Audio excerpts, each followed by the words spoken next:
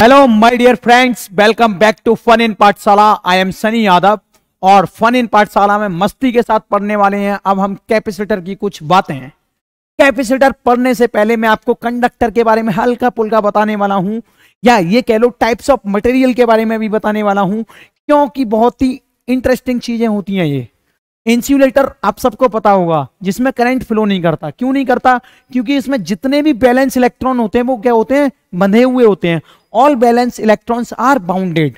पर सेमीकंडक्टर, जिसके ऊपर पूरा का पूरा चैप्टर तुम्हें आगे मिलेगा अपने वॉल्यूम सेकंड में, किताब में अगर देखना चाहोगे तो, ठीक है। सेमीकंडक्टर को भी बड़े धड़ल्ले से पढ़ेंगे और बहुत ही इंटरेस्टिंग चैप्टर है और बोर्ड में स्कोरिंग भी चैप्टर है। पर अभी हमें सेमीकंडक्टर का हल्का सा मतलब जानना है। अच्छा, इंसुलेटर का मतलब तो तुम्हें पता ही है, एग्जांपल जैसे कि प्लास्टिक वगैरह हो गए, ठीक है। अब जैसे कि सेमीकंडक्टर की बात की जाए तो उसमें ना कुछ इलेक्ट्रॉन्स तो भाई बंधे हुए होते हैं और कुछ जो हैं आराम से आजादी में रहते हैं। मतलब some of them are free to move surface boundary, some of the valence electron are bounded and some of them are free to move, ठीक है। कंडक्टर में क्या होता है? अच्छा, सेमीकंडक्टर का भी एग्जांपल दे देता हूं। सिलिकॉन हो गया, जर्मेनियम हो गया, ठीक है। ये सब क्या है? सेमीकंडक्टर्स हैं। अगर उतावले हो रहे हो तो इसको सेमीकंडक्टर की वीडियो में देखना आगे, अभी नहीं लेकिन, ठीक है। कंडक्टर क्या होता है? All the electrons are free to move surface boundary. Conductor में जितने भी फ्री इलेक्ट्रॉन्स होते हैं ना, वो सब के सब मूव कर जाते हैं सरफेस बाउंड्री की तरफ, ठीक है। ऐसा कह लो, या जितने भी इसमें इलेक्ट्रॉन्स फ्री होते हैं आउटर सेल में होते हैं, वो बाउंडेड नहीं होते, ठीक है। तो कंडक्टर में यानी कि इलेक्ट्रॉन्स फ्री हैं। जब इलेक्ट्रॉन्स मूव करेंगे तभी तो इसको चार्ज बोलते हैं हम, चार्ज मूव कर रहा है, ठीक है। चार्ज मूव करेगा तो करंट फ्लो होगा। इतना तुम सब लोग जानते हो बढ़िया तरीके से। आगे देखते हैं क्या है प्रॉपर्टी ऑफ कंडक्टर। ये हल्की पुल्की चीजें मैं पहले बेसिक बता रहा हूं, ठीक है, फिर मजे से कुछ चीजें और जानेंगे। जैसे कि मान लो हमें कैपेसिटर पे आना है, धीरे धीरे कैपेसिटेंस पे आना है, ठीक है। बढ़िया तरीके से छेद करेंगे उसमें। लेकिन अभी पहले एक बात बताओ, मेरे पास मान लो कि इलेक्ट्रिक फील्ड है, ओके।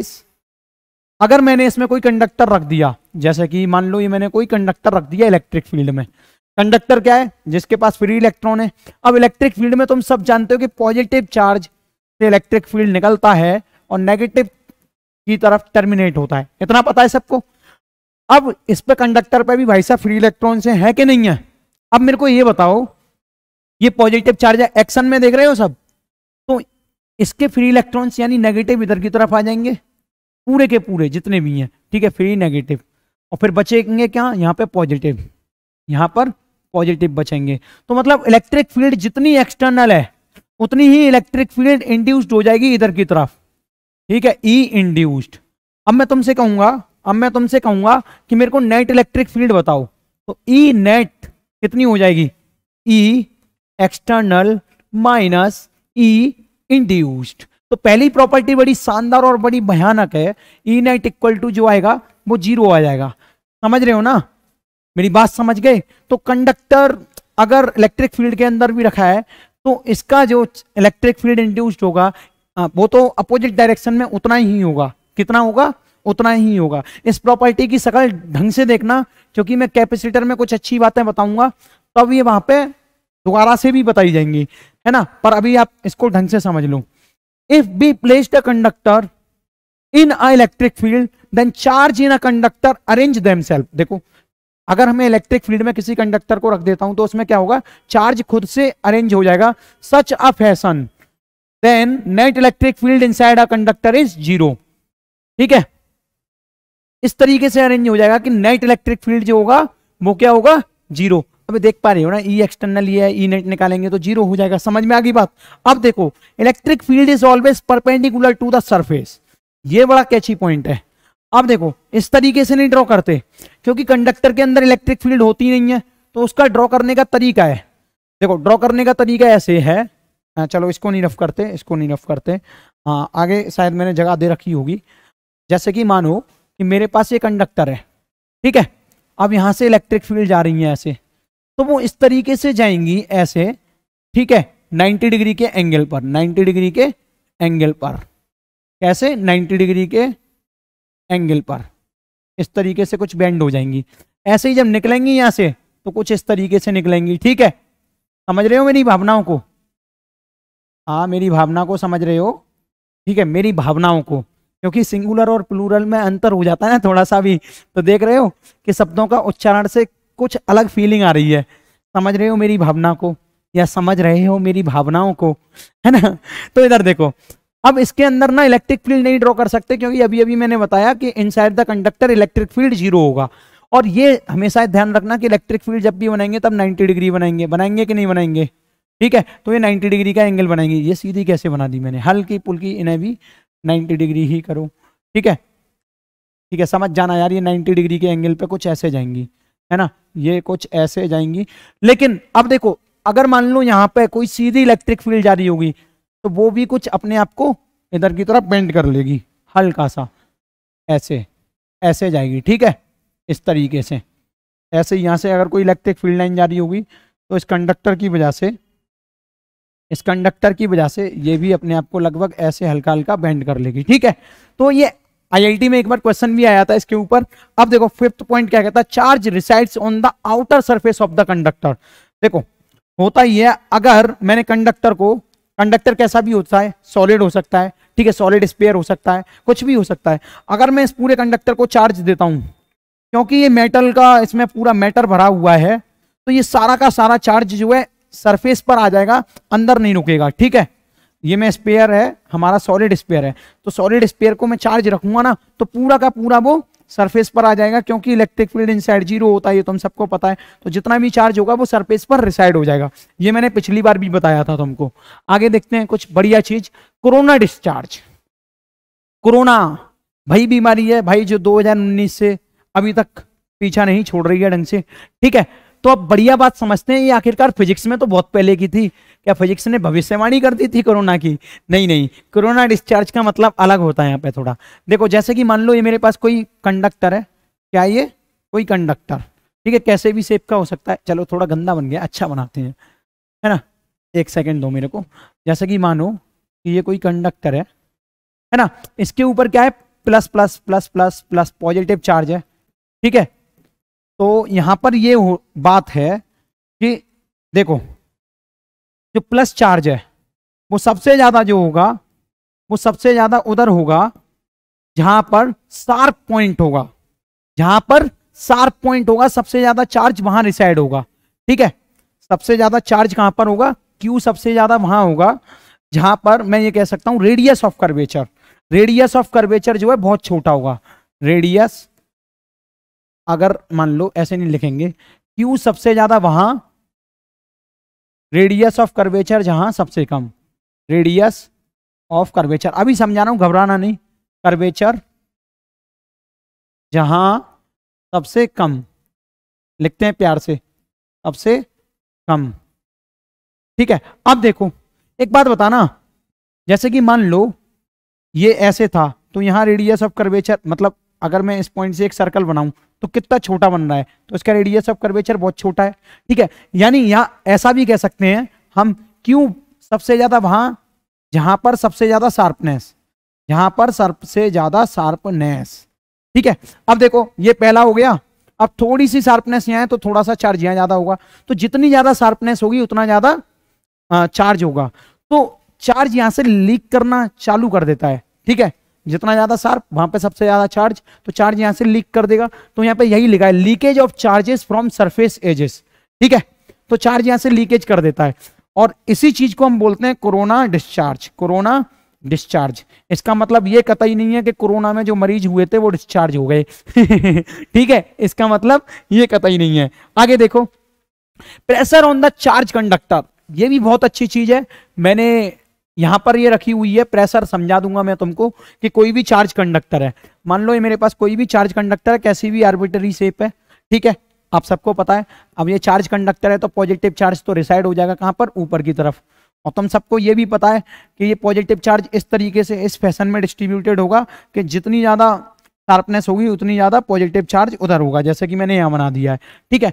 तो अब होता क्या है, जैसे कि मान लो मैंने कोई छोटा सा एरिया ले लिया भैया, यहाँ पे अब सुनना पहले ढंग से, ये पॉजिटिव पॉजिटिव चार्ज है, जैसे कि मान लो अभी ये मैंने पॉजिटिव चार्ज ले लिया, ये भी एक पॉजिटिव चार्ज ले लिया, तो कहीं ना कहीं इन पे एक प्रेशर क्रिएट हो रहा है, कहीं ना कहीं इन पे प्रेशर क्रिएट हो रहा है रिपल्सन की वजह से। तो एक इधर फोर्स लगेगा, मान लो एक इधर फोर्स लगेगा, इस फोर्स की वजह से इसी तरीके से पूरे के पूरे कंडक्टर पर ऐसे ऐसे फोर्स लग रहा होगा छोटे छोटे एरिया पे, तो प्रेशर क्रिएट हो रहा होगा। तो फोर्स क्या होता है, प्रेशर क्या होता है, प्रेशर का फॉर्मूला लिखेंगे तो यही तो लिखेंगे, pressure equal to F upon D A. यानी छोटा सा प्रेशर अगर मैं बताना चाह रहा हूँ DP equal to F upon D A, तो मान लो ये डी ए जो है छोटा सा एरिया है, ठीक है, ये क्या है एफ फोर्स। अच्छा एक बात बताऊं मैं तुमको, एक बात बताऊं, इस पूरे कंडक्टर का जो चार्ज डेंसिटी दे रखा है वो दे रखा है हमें सिग्मा, क्या दे रखा है सिग्मा, ठीक है। और इस पूरे कंडक्टर की वजह से जो इलेक्ट्रिक फील्ड होता है वो होगा सिग्मा अपॉन एप्सिलॉन नॉट, ठीक है, सिग्मा अपॉन एप्सिलॉन नॉट। तो ये कौन सा है अपने पास डी ए, इस पर फोर्स लगा हुआ है एफ। तो एक बात बताऊं मैं तुम्हें, होता यह है कि देखो हमें इलेक्ट्रिक फील्ड चाहिए सिर्फ इस सरफेस की वजह से, है ना, और पूरे की वजह से E equal to sigma upon epsilon not है। तो देखो इसकी वजह से जो जो इलेक्ट्रिक फील्ड है दो भागों में बट जाएगा, पहले तो इसमें और दूसरा बचे हुए पूरे सरफेस में। यानी इलेक्ट्रिक फील्ड जो हो जाएगा वो हो जाएगा तुम्हारा sigma upon 2 epsilon not plus sigma upon 2 epsilon not. इसको दो भागों में तोड़ दूं, ये कौन सा है डी एरिया के लिए, है ना, और ये लेफ्ट एरिया जितना भी बच रहा है अब उसके लिए ये हो गया। तो हमें इलेक्ट्रिक फील्ड ये वाला लेना है ना, अभी ये तुम्हें पता होना चाहिए, इसमें जो इलेक्ट्रिक फील्ड है वो सिग्मा अपॉन 2 एप्सिलॉन नॉट लेंगे। अच्छा साहब बात मान ली हमने, चलो हमने लिख दिया डीपी इक्वल टू, फोर्स की जगह क्या लिखेंगे, अब इस चार्ज को मैंने डी क्यू बोल दिया ना, क्योंकि डी क्यू चार्ज मान लो इस पे है, डी क्यू चार्ज है, ठीक है, कितना चार्ज है डी क्यू, ठीक है। तो मैं फोर्स को क्या लिखूंगा, एफ इक्वल टू क्या होता है क्यू ई होता है यहाँ पे, लेकिन मैंने छोटा चार्ज लिया तो डी क्यू ई हो जाएगा, हो गया साहब। तो फोर्स का जो ये वाला वैल्यू है F equal to D Q E, भाई इसमें अपलोड कर दो, कर दें अपलोड, डी क्यू, अरे ये फोर्स की वैल्यू इसमें अपलोड कर रहा हूं, डी क्यू ई अपॉन डी ए।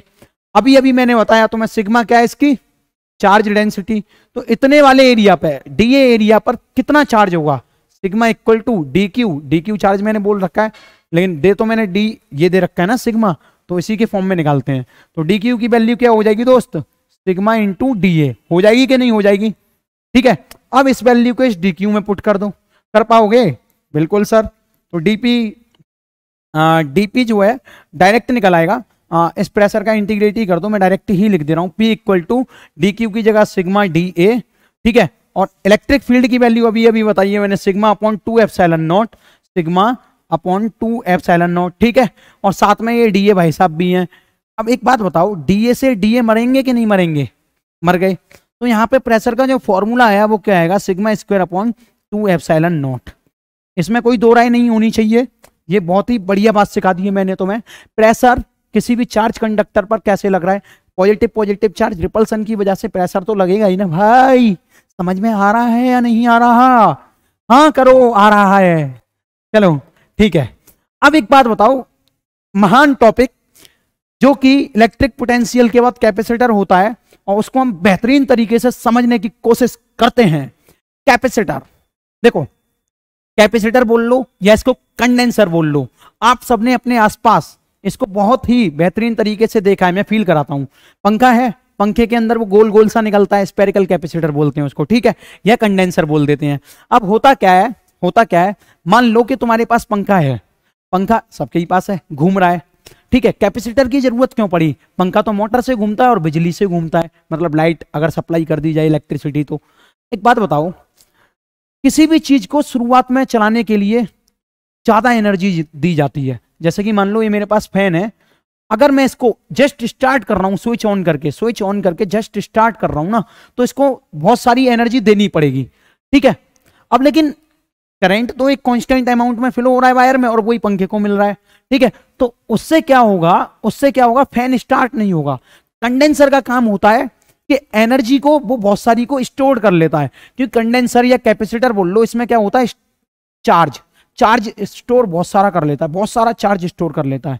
मान लो कैपेसिटर या कंडेंसर एक ऐसी डिवाइस है जिसने बहुत सारा चार्ज स्टोर कर लिया, और किसी भी चीज के पास बहुत सारा चार्ज आ गया तो उसके पास बहुत सारी एनर्जी आ गई, और इस एनर्जी को ये बहुत शॉर्ट टाइम में, जैसे ही मैं स्विच दबाऊंगा पंखे का, तो धटाक से पंखे को दे देगा और पंखे को एक एक्सेलरेशन दे देगा और पंखा चालू हो जाएगा। चालू होने के बाद ये डिस्चार्ज हो जाता है और पंखा अपनी एक कांस्टेंट स्पीड से घूमता है। मान लो सर अगर कैपेसिटर पंखे में नहीं है तो क्या पंखा चलेगा? नहीं, बिल्कुल चलेगा। पर चलेगा कैसे, मैं बताता हूं। देखो होता ही है कि पंखे का स्विच दबाओ तुम, ठीक है, शुरुआत में पंखे को तुम जो कैपेसिटर एनर्जी दे रहा था वो तुम अपनी तरफ से दे दो, डंडा ले लो लंबा सा और ऐसे ऐसे करके घुमाते रहो, बढ़िया तरीके से घुमाओ उसको, अपनी तरफ से एनर्जी दे दो जो कैपेसिटर देता था। धीरे धीरे धीरे धीरे एक टाइम ऐसा आएगा कि पंखा चालू हो जाएगा। लेकिन साइंटिस्टों को यही करना पड़ रहा था बार बार, तो उन्होंने सोचा कि एक पंखे में ऐसी डिवाइस लगाते हैं, ठीक है, जो इंस्टेंट एनर्जी दे पंखे को और चालू कर दे। समझ में आ गई बात? तो अब कैपेसिटर होता क्या है एक्चुअली में?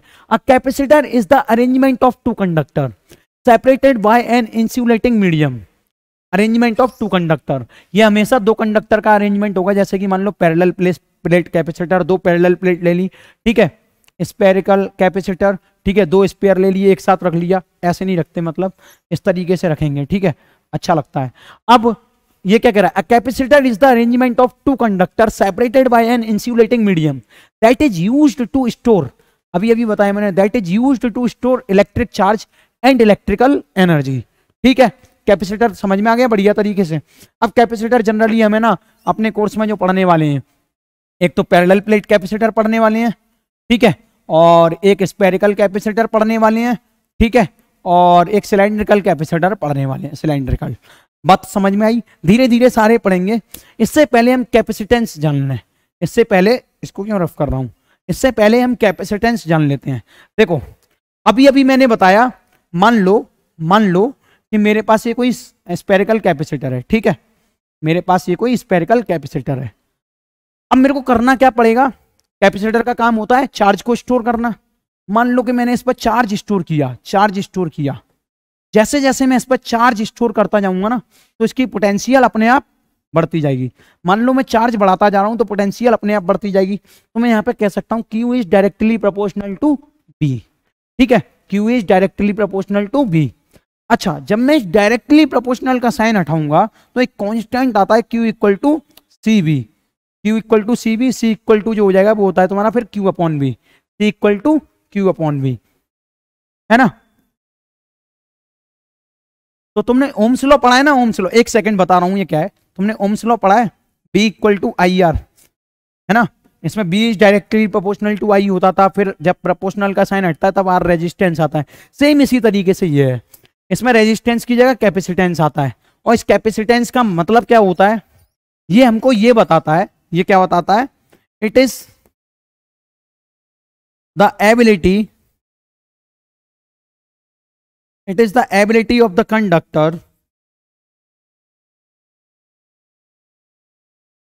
to store electrical energy। ठीक है, ये हमको एबिलिटी बताता है उस कंडक्टर की जो कि एक एनर्जी को या इलेक्ट्रिक चार्ज को स्टोर करके रखा हुआ है। कैपेसिटेंस हमको क्या बताता है, बता दिया ना मैंने, समझ में आ गई ना बात। अब यहां पे देखो C equal to Q upon B है, तो कैपेसिटेंस का जो ऐसा यूनिट होता है, ऐसा यूनिट क्या होता है बता देता हूं।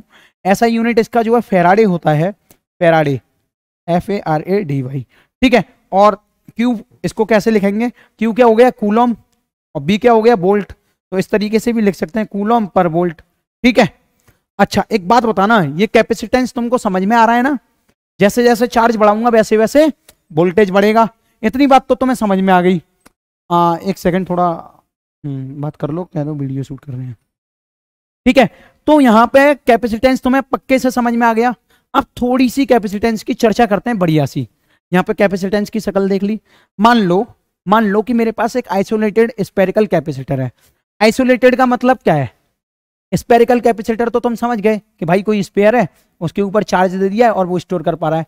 आइसोलेटेड का मतलब ये हो गया, ना तो उसमें और चार्ज दिया जा सकता है, ना ही उसे डिस्चार्ज किया जा सकता है, जितना चार्ज दे दिया उतना दे दिया, ठीक है। और ये स्पेरिकल कैपेसिटर जो है इसकी रेडियस R है, ठीक है। मान लो कि ये अपनी अर्थ है, अर्थ क्या है, एक कैपेसिटर है, उसकी रेडियस R है। मैंने ऐसा यूनिट तुमको अभी बताइए फेराडे, याद रखना, एक अच्छी चीज बताने जा रहा हूं। अब मान लो रेडियस ऑफ, मैंने मान लिया कि कैपेसिटर जो है अपनी अर्थ है, और अर्थ का रेडियस क्या है तुम सबको पता है, आर इक्वल टू 4 पाई। एक मिनट पहले इसका फॉर्मूला ड्राइव करके दिखाता हूं जब मजा आएगा। अभी मैंने बताया C equal to Q upon V होता है, ये तो तुम्हें पता ही है ना। अब एक बात बताओ, क्यू तो तुमको पता ही है, ठीक है, चार्ज हमने इसको दे दिया है, ठीक है। अब अगर मैं इसका पोटेंशियल लिखना चाह रहा हूं सरफेस पर तो क्या लिखूंगा, पोटेंशियल इसका मैं लिखना चाह रहा हूं किसी भी पॉइंट पर तो क्या लिखूंगा, बी इक्वल टू के, इस चार्ज की वजह से क्यू अपॉन आर, यही तो लिखूंगा ना दोस्त। और ये आर ऊपर पहुंच जाएगा कि नहीं पहुंचेगा, तो सी क्या आएगा, क्यू से तो क्यू मर ही जाएगा, आर अपॉन के, और इस के की जो वैल्यू होती है वो तुम सबको पता है क्या होती है, R upon 4 pi epsilon not, यानी अरे 1 अपॉन 4 पाई एप्सिलॉन नॉट, ठीक है, 1 अपॉन 4 पाई एप्सिलॉन नॉट। अब ये 1 अपॉन 4 पाई एप्सिलॉन नॉट ऊपर आ जाएगा, तो फिर क्या हो जाएगा, ये 4 पाई एप्सिलॉन नॉट आर। तो ये कैपेसिटेंस का फॉर्मूला हो गया, सी इक्वल टू क्या हो गया, 4 पाई एप्सिलॉन नॉट आर, है ना, समझ में आ गई बात। और ये आर क्या है बताइए मेरे प्रिय मित्र, ये आर क्या है, रेडियस ऑफ स्फीयर। अब यहां से तुम एक बहुत बढ़िया बात सीख चुके हो, ये क्या है, आइसोलेटेड स्फेरिकल कैपेसिटर है, और ये उसकी कैपेसिटेंस है, स्फीयर की कैपेसिटेंस, और सब तो कांस्टेंट टर्म है ना। तो यहां से तुम एक बात बढ़िया सीख चुके हो, वो बात क्या है, देखो वो बात सुनना माय डियर फ्रेंड, वो बात ये है कि सी जो है डायरेक्टली प्रोपोर्शनल है आर, यानी कैपेसिटेंस जो है किस पर डिपेंड कर रही है, रेडियस पर। तो मैं यहाँ पे एक पॉइंट लिख सकता हूं, रेडियस क्या है, साइज बताता है, रेडियस बड़ी कर दो तो साइज बड़ा हो जाएगा, रेडियस छोटी कर दो तो साइज छोटा हो जाएगा। तो यहाँ पे एक पॉइंट लिख सकता हूं, capacitance depends upon size and shape of capacitor, ठीक है, बात समझ में आ गई। अच्छा, एक पॉइंट तो यहां से समझ में आ गया, और ये क्या है अपना एप्सिलॉन नॉट परमिटिविटी है ना। अगर मान लो मेरे पास, अभी तो ये परमिटिविटी इन वैक्यूम है, अगर मेरे पास परमिटिविटी इन वैक्यूम ना हो के रिलेटिव परमिटिविटी हो, यानी साथ में एप्सिलॉन नॉट आर होगा, तो इसमें मैं मल्टीप्लाई कर दूंगा। ये तो अभी वैक्यूम की परमिटिविटी है, वैक्यूम की जगह मेरे पास एयर है, वाटर है, ठीक है, गैस है, कुछ भी है, तो उसके लिए मैं परमिटिविटी का मल्टीप्लाई करूंगा। तो मैं यहां पर कह सकता हूं परमिटिविटी क्या होती है, नेचर ऑफ मीडियम। तो मैं यहां पे ये भी कह सकता हूं जो कैपेसिटर है, capacitor is depend on nature of medium, चर ऑफ मीडियम, ठीक है। तो ये वैलिड पॉइंट है। तो ये दो चीजें तुमने देख ली। अब एक फॉर्मूला है, इस पे प्लीज अपनी आंखों की नजर इस पे डालें। यहां पे C equal to Q upon B है कि नहीं है, जैसे जैसे क्यू बढ़ रहा था वैसे वैसे बी बढ़ रहा है।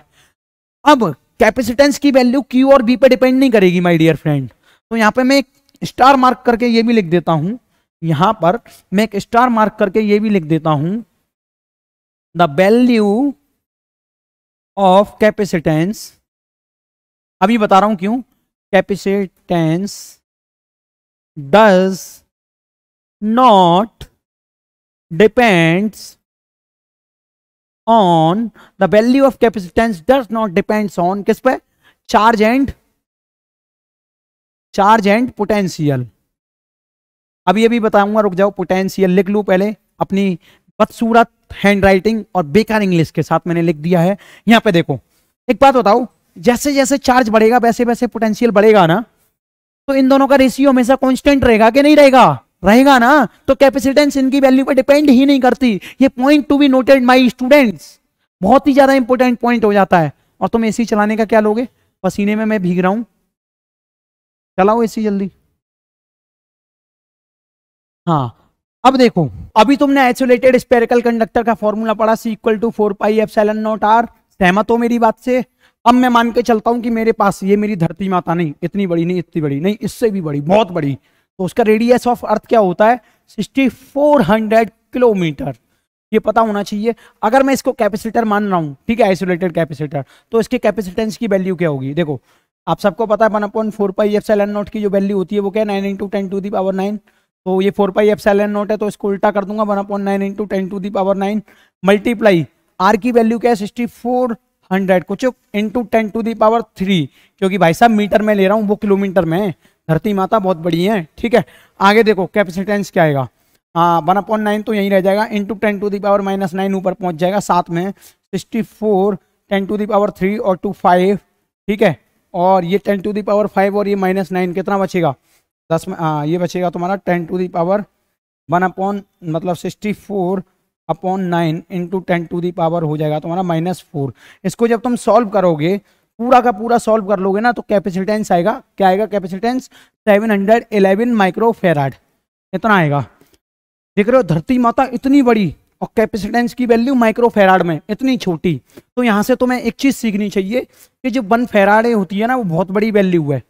1 फेराड जो है वो बहुत बड़ी वैल्यू है कैपेसिटेंस की, जो ऐसा यूनिट है इसकी 1 फेराड, वो बहुत बड़ी वैल्यू है। तो अक्सर या ज्यादातर कंडक्टर्स या कैपेसिटर्स की जो वैल्यू होती है वो बड़ी छोटी होती है, कैपेसिटेंस जो होती है वो बहुत ही छोटी होती है। माइक्रोफेराड में दे रखा होगा, 1 माइक्रोफेराड में 10⁻⁻6 फेराड होते हैं। ठीक है, मिली फेराड में दे रखा होगा 10⁻⁻3 फेराड। ठीक है, पीको फेराड में दे रखा होगा 10⁻⁻9 फेराड। ठीक है, तो इस तरीके से दे रखी होती हैं ये, है ना, समझ में आ रही है बात। Nano farad, sorry pico farad नहीं, नैनो फेराड होगा, है ना। तो इस तरीके से दे रखी होती हैं 10⁻9 -9 10⁻12। तो अब तो मैं समझ में आ गया बढ़िया तरीके से। मेरी बात सुनो, पैरेलल प्लेट कैपेसिटर क्या कहता है, कौन सा पैरेलल प्लेट कैपेसिटर।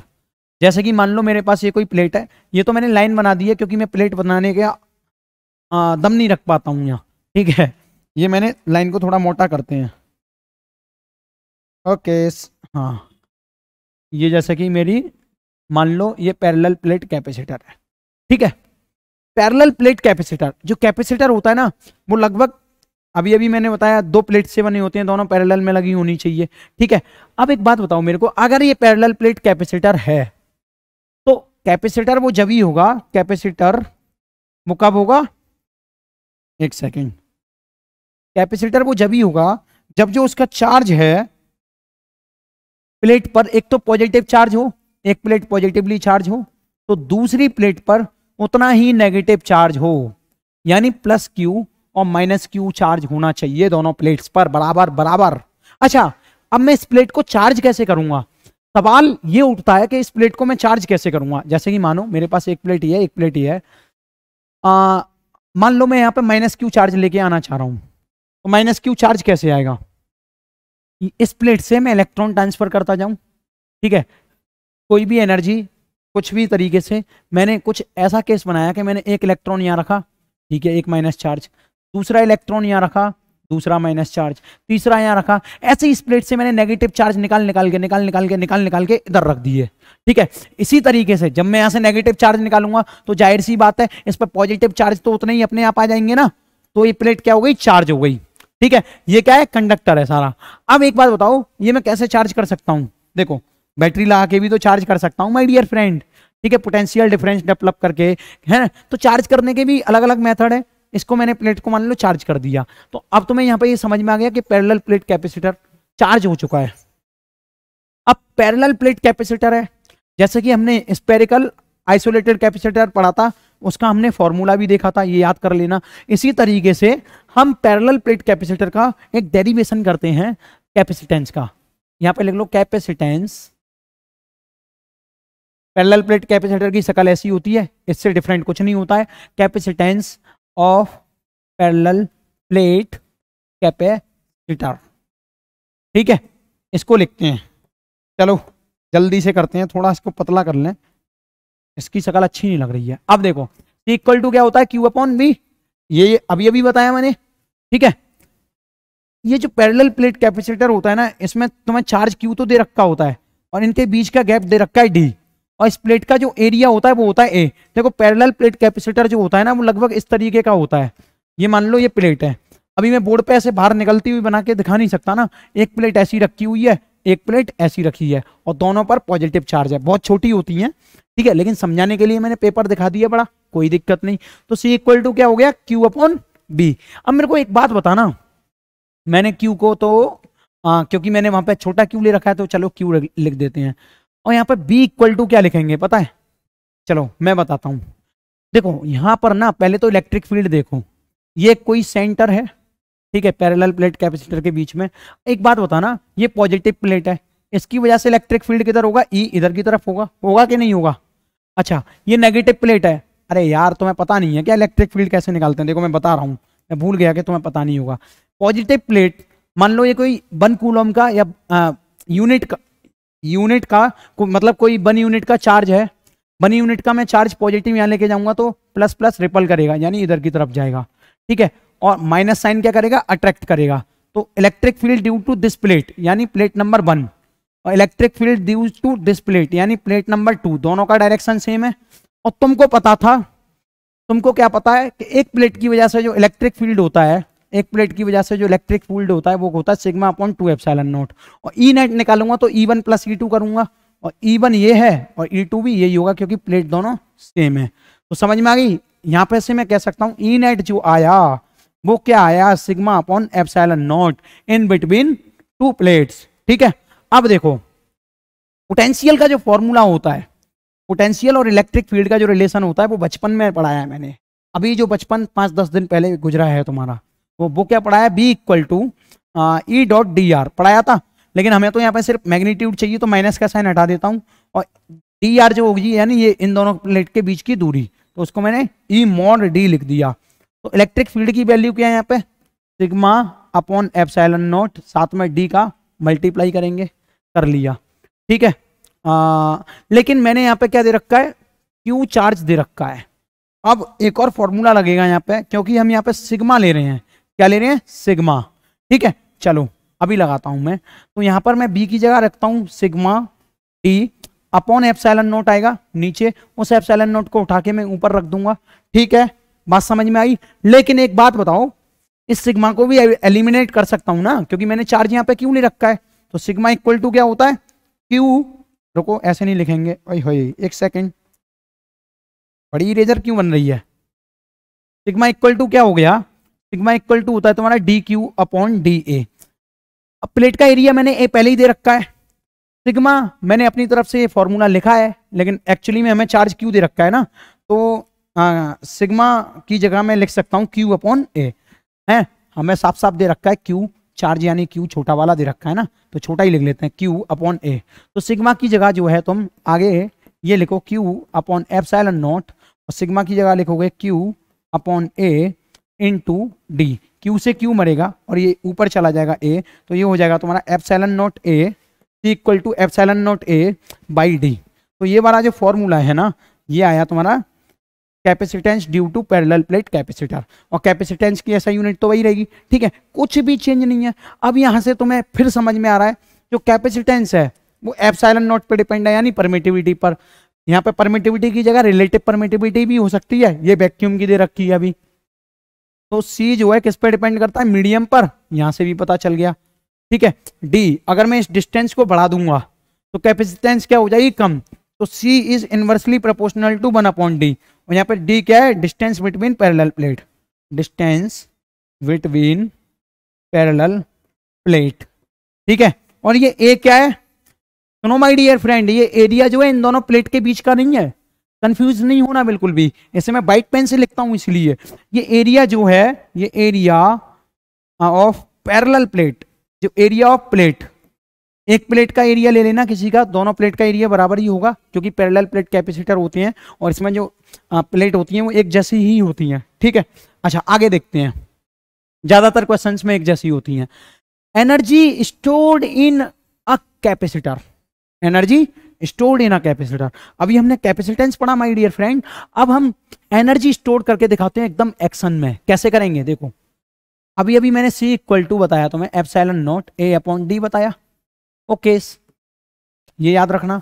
मान लो मैं क्या कर रहा था, अगर मेरे को इसको पॉजिटिवली चार्ज करना है, अच्छा एनर्जी का मतलब क्या है? पोटेंशियल एनर्जी से संबंधित है, और पोटेंशियल एनर्जी जो होती है वो वर्क डन एक्सटर्नल के बराबर होती है, ठीक है। अब मैं क्या करूंगा, मान लो मेरे को अगर एक कैपेसिटर चार्ज करना है तो कुछ ना कुछ एनर्जी इसमें देनी पड़ेगी जो कि स्टोर हो जाएगी, ठीक है। जैसे कि मान लो ये प्लस चार्ज है, इस पर कैसे आएगा? जब मैं एक इलेक्ट्रॉन इधर ले जाऊंगा, है ना, तो प्लस चार्ज आ गया। तो मैं इसको बोल दूंगा क्यू। मैं इसे शांति से ले गया है ना, उस माइनस को यहां से यहां ले गया तो इस पे प्लस अपने आप आ जाएगा। ठीक है, at time T equal to 0 पे कोई करंट सप्लाई नहीं थी। अब मैं है ना at time T equal to T dash पर ये काम चालू कर रहा हूँ। इस पे पॉजिटिव आ गया, उस पे नेगेटिव आ गया। अब मेरे को इसे ले जाने में दिक्कत हो रही है थोड़ी, क्योंकि चार्जेस हो गए हैं। ठीक है, अब फिर निकालूंगा फिर ले जाऊंगा। तो ऐसे कर करके मैंने at time T equal to पे क्यू चार्ज पहुंचा दिया, क्यू चार्ज मैंने ट्रांसफर कर दिया। लेकिन मेरे को ये काम करते रहना है। बहुत लंबे समय के बाद ये पूरी प्लेट जो है चार्ज हो जाएगी इस तरीके से। ठीक है, मैं अंदर क्यों चार्ज ले रहा हूँ, बाहर ले लेना माय डियर फ्रेंड, इसको अंदर वाले को रफ कर लेना। ठीक है, तो इस तरीके से पूरी प्लेट चार्ज हो जाएगी और पूरी प्लेट पे जो चार्ज आ गया वो बड़ा वाला क्यू आ गया। तो डब्ल्यू एक्सटर्नल या फिर डेल्टा यू एक ही बात है, मैंने लिख दिया है। तो इसको है ना ऐसे लिख देता हूं मैं, डायरेक्ट लिखता हूं डेल्टा यू या डी यू। छोटी डी यू जो कैलकुलेट करूंगा वो कैसे करूंगा, मैंने बताया था तुम्हें क्या, क्यू डी वी होता है कि नहीं। इंटीग्रेट कर देंगे इसको। ठीक है, अभी इंटीग्रेट नहीं करते, अभी लिख लेते हैं ऐसे, क्यू डी वी होता है कि नहीं होता। एक बात बताना, at time T equal to T dash पर मैं क्यू चार्ज को उधर मूव करा रहा हूं। ठीक है, तो मैं यहाँ पे कह सकता हूं जो पोटेंशियल होगा वो क्या होगा, बी इक्वल टू, अभी हमने निकाला है पैरेलल प्लेट की वजह से, वो क्या होता है चार्ज के फॉर्म में देखो, B equal to sigma D upon epsilon not हो, क्यू अपॉन सी और डी क्यू। अब इन दोनों को इंटीग्रेट कर दो, दोनों तरफ से क्या कर दो, इंटीग्रेट करने से ये पता चला कि पहले initially T equal to 0 time पे 0 चार्ज था और बढ़ाते बढ़ाते मैंने वो चार्ज क्या रख दिया, क्यू। ठीक है, तब यहाँ पे पोटेंशियल 0 थी, फिर बढ़ाते बढ़ाते क्या कर दिया, यू हो गई। ठीक है, तो यही यू कैलकुलेट करते हैं, वो हो जाएगी यू इक्वल टू, अब इसका तुम 1/c तो कांस्टेंट ले लो, इसका जब इंटीग्रेशन करोगे तो क्या आएगा, क्यू स्क्वायर बाई 2c, ये हो जाएगा। और इसमें तुम लिमिट पुट करोगे तो क्या आएगी, यू जो आ जाएगी तुम्हारी, वो आएगी तुम्हारी Q square by 2c। Okay है ना, और इसकी ऐसा यूनिट तो तुम सबको पता है, जूल होती है, U equal to Q square by 2c। अब देखो इसके ना 3 फॉर्मूले हो जाते हैं, तीनों के तीनों यहीं से लिखने हैं। जैसे कि एक तो तुम्हारा u equal to Q square by 2c हो गया। ठीक है, जब एनर्जी तुम्हें पूछी हो और चार्ज दे रखा हो और कैपेसिटेंस दे रखा हो। ठीक है, अगर मान लो चार्ज और पोटेंशियल दे रखा है तब तुमसे एनर्जी पूछी है, तो कैसे निकालोगे, तो तुम्हें एक और रिलेशन पता होना चाहिए, ये वाला, कौन सा, c equal to Q upon B वाला। अब इससे क्या करेंगे, इन दोनों का मैचिंग करते रहेंगे बार बार। तो एक फर्स्ट फॉर्मूला तो ये निकाल लिया हमने, सेकंड और निकाल के दिखाता हूं। अब मान लो मेरे से क्यू सी नहीं दे रखा, मेरे को डायरेक्ट दे रखा है यहाँ पे सी की जगह बी, तो कैसे निकालूंगा मैं, तो सी को एलिमिनेट कर दूंगा क्यू अपॉन बी से, तो ये क्या हो जाएगा, क्यू स्क्वायर बाई 2c को एलिमिनेट कर दूंगा, दे ही नहीं रखा होगा, मान लो क्यू दे रखा है और बी दे रखा है, तो ये क्या हो जाएगा, क्यू अपॉन बी, बी ऊपर पहुंच जाएगा, क्यू से क्यू मर जाएगा। तो मैं यहाँ पे कह सकता हूँ जो सेकंड फॉर्मूले में u आया वो आया तुम्हारा 1/2 QB, तो ये तो सेकंड फॉर्मूला एक ऐसा हो गया। इसी तरीके से एक और थर्ड बोल सकता है कि भैया अब जो है हमें CB के टर्म में निकालो, किसके टर्म में, CB के टर्म में, और Q नहीं दे रखा, तो कुछ नहीं करना तुमको, Q की जगह CB पुट कर दो, C square V square upon 2C, C से C मर जाएगा, तो U इक्वल टू जो आएगा, मैं उसको ऑरेंज इस वाले कलर से लिख रहा हूँ, U इक्वल टू जो आएगा वो आएगा तुम्हारा हाफ CV स्क्वायर।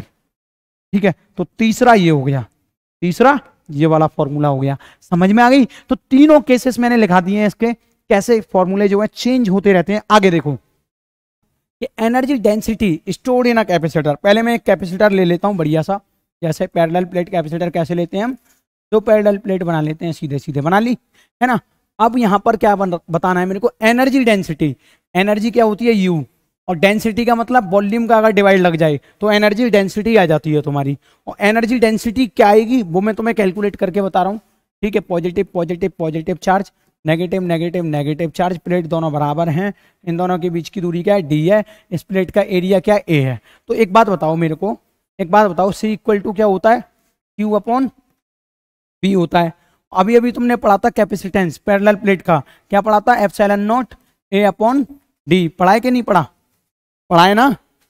अच्छा अच्छा अच्छा, एक बात बताओ, epsilon not A upon D तुमने इसका कैपेसिटेंस पढ़ा है, और इसकी जो एनर्जी है वो कैसे निकालोगे, U equal to half C V square, निकालोगे कि नहीं निकालोगे, या हाफ क्यू स्क्वायर बाई मतलब क्यू स्क्वायर बाई 2c करके निकाल सकते हो। तो इसी तरीके से एक फॉर्मूला लिखते हैं, हाफ सी की वैल्यू क्या है, epsilon not A upon D, और यहाँ पे जो पोटेंशियल की वैल्यू होगी वो इलेक्ट्रिक फील्ड के टर्म में लिखनी है, क्योंकि इसमें इलेक्ट्रिक फील्ड तुम्हें गिवन होगा, ठीक है। इलेक्ट्रिक फील्ड मान लो दे रखा है, इस पॉइंट पर निकालना है दोनों तरफ इस तरीके से, तो ई की वैल्यू दे रखी है ना कि बी की। तो तुम्हें बताया था मैंने, जो रिलेशन होता है वो क्या होता है, बी अपॉन डी होता है ई के बीच में, अगर मैग्नीट्यूड निकालेंगे। पता है कि नहीं पता ये वाला रिलेशन, तो बस यही वाला रिलेशन यहाँ पे रख देना है। तो इसको लिखूंगा मैं, इसको क्या लिखूंगा, बी स्क्वायर, बी की जगह लिखूंगा E square by D, B equal to E square, ठीक है। इस बी की जगह लिखना है E square into D square, तो डी से डी मर जाएगा, एक डी बचेगा। तो यहाँ पे देखना u, एक सेकेंड, तो यहाँ पे देखना u equal to 1/2 epsilon not A E square, ठीक है, साथ में एक डी। तो इस प्लेट का अगर मेरे को वॉल्यूम लिखना होगा तो क्या लिखूंगा, वॉल्यूम, वॉल्यूम प्लेट का नहीं मतलब इसका वॉल्यूम लिखेंगे पूरा, तो क्या लिखेंगे, volume equal to area into इसके बीच की दूरी। तो ये वॉल्यूम हो गया कि नहीं हो गया, तो ये क्या हो गया, वॉल्यूम हो गया। अब a इंटू डी वॉल्यूम हो गया, और इस वॉल्यूम का लगा दूंगा मैं यहाँ पे डिवाइड, तो a, इसको मैंने बोल दिया b, ठीक है, वॉल्यूम का लगा दिया डिवाइड। तो अब ये बचेगा क्या, half epsilon not E square, ठीक है माय डियर फ्रेंड। तो आपको ये एनर्जी डेंसिटी समझ में आ गया, याद करना है, बार बार यूज होता है ये फॉर्मूला, ठीक है। अब देखो कॉम्बिनेशन ऑफ कैपेसिटर, बचपन को याद करो, तुमने वहां पे रेजिस्टेंस पढ़ा होगा, उसमें कॉम्बिनेशन ऑफ रेजिस्टेंस भी पढ़ा होगा, लेकिन आज तुम कॉम्बिनेशन ऑफ कैपेसिटर पढ़ोगे। अगर दो कैपेसिटर को मैंने सीरीज में लगा दिया, देखो कैपेसिटर को रिप्रेजेंट कैसे करते हैं, शॉर्ट फॉर्म में इस तरीके से, पैरेलल प्लेट कैपेसिटर को, ठीक है। और यही कैपेसिटर हम ज्यादातर इस्तेमाल करेंगे।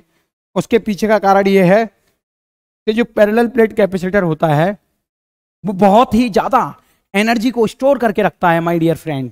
अब एक्शन में समझते हैं, सीरीज कैपेसिटर कॉम्बिनेशन, इसका मतलब क्या हुआ, जब कैपेसिटर्स को हम सीरीज में लगा देते हैं कुछ इस तरीके से, अब ये सीरीज में लग गए और इनको एक बैटरी से जोड़ दिया, ठीक है, तो ये क्या हो गया, series combination, C1 C2 C3, ये सारे कैपेसिटर क्या है, सीरीज में लगा दिए हैं।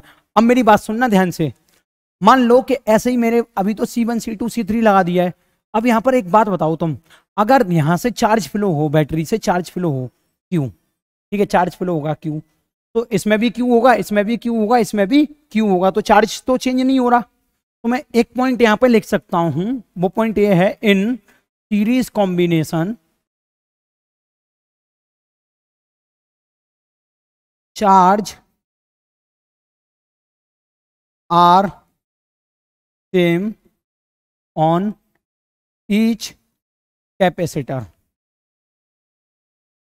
ठीक है, चार्ज जो है सारे कैपेसिटर पर सेम होगा। चार्ज इज कर लो, यहाँ पे आर वाली फीलिंग अच्छी नहीं आ रही है, ठीक है, charge is same on each capacitor. अब यहां से क्यू गया, इसमें भी क्यू एंटर करेगा, याद करना है ये पॉइंट बहुत ही अच्छा है, इसमें भी क्यू होगा, इसमें भी क्यू होगा, सब में क्यू चार्ज हो जाएगा क्योंकि सीरीज में है।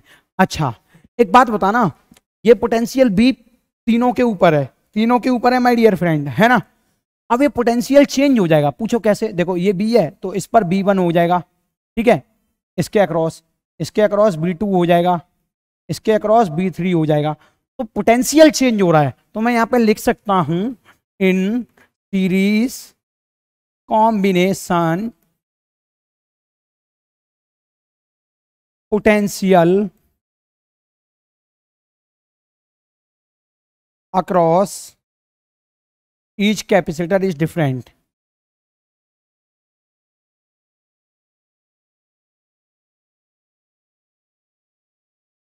ठीक है, अब देखो B1 B2 B3 सीरीज का मतलब क्या है, यहां से तुम समझ गए कि एक कैपेसिटर है, ये दूसरा है, ये तीसरा है, ऐसे ही चलते चलते n कैपेसिटर लगा दिए हैं, C1 C2 C3 Cn, total n capacitor लगा दिए हैं लाइन से, और उनको फिर एक बैटरिया से जोड़ दिया है ना।